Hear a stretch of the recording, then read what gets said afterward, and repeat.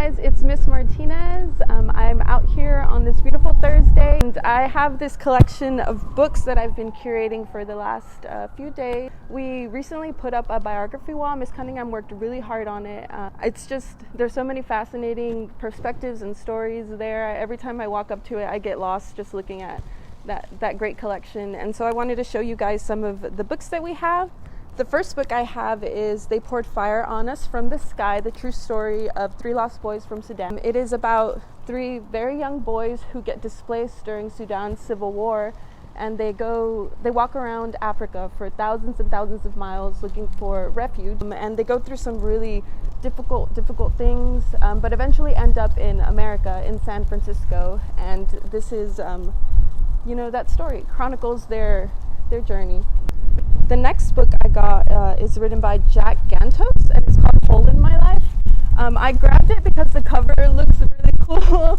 The storyline is even more interesting. This young man wants to be a writer towards the end of his time in high school, but he ends up getting into kind of drug smuggling and ends up in jail. How that led him to go from wanting to be a writer to actually writing.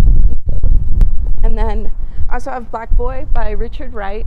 This is a classic. Richard Wright is an incredible writer. This focuses on his upbringing in the Jim Crow South. He describes himself as a 6-year-old drunkard in the description because he just faces so many hardships growing up. Apart from, kind of scrutiny he faces from white people, he talks about how it was really difficult to chase upward mobility in a community that maybe wasn't used to seeing that, and so he got some backlash from them too, and so that chronicles his upbringing.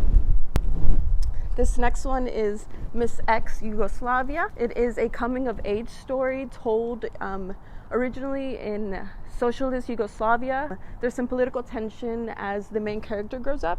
Her name is Sophia, I don't know how to say that.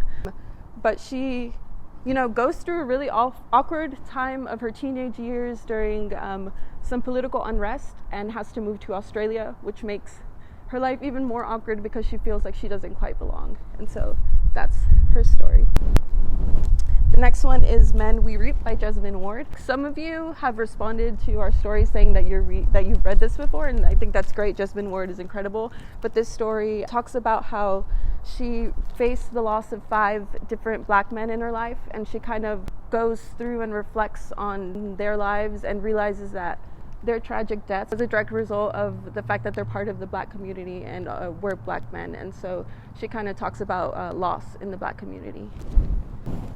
This next one I want to read, it's called Notes from a Young Black Chef by Kwame Onwachi. He talks about how he grew up in the Bronx and kind of didn't have that much direction in his life until he started working in the culinary field. He started at the very bottom of the ranks, made his way up to the top, and had one of the most talked about restaurants in America that he had to close a few months after opening.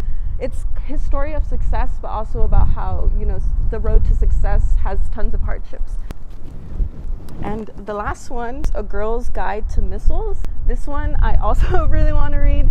It's written by Karen Piper. I'm gonna assume it's about her family. Yeah.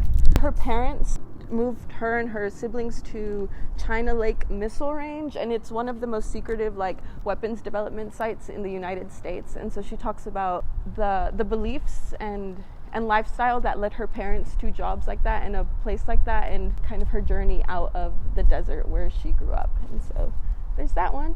So yeah, I really hope you guys get a chance to stop by the library and read some of those. I might pick up some of those myself. You might have to beat me to it. Thanks for tuning in.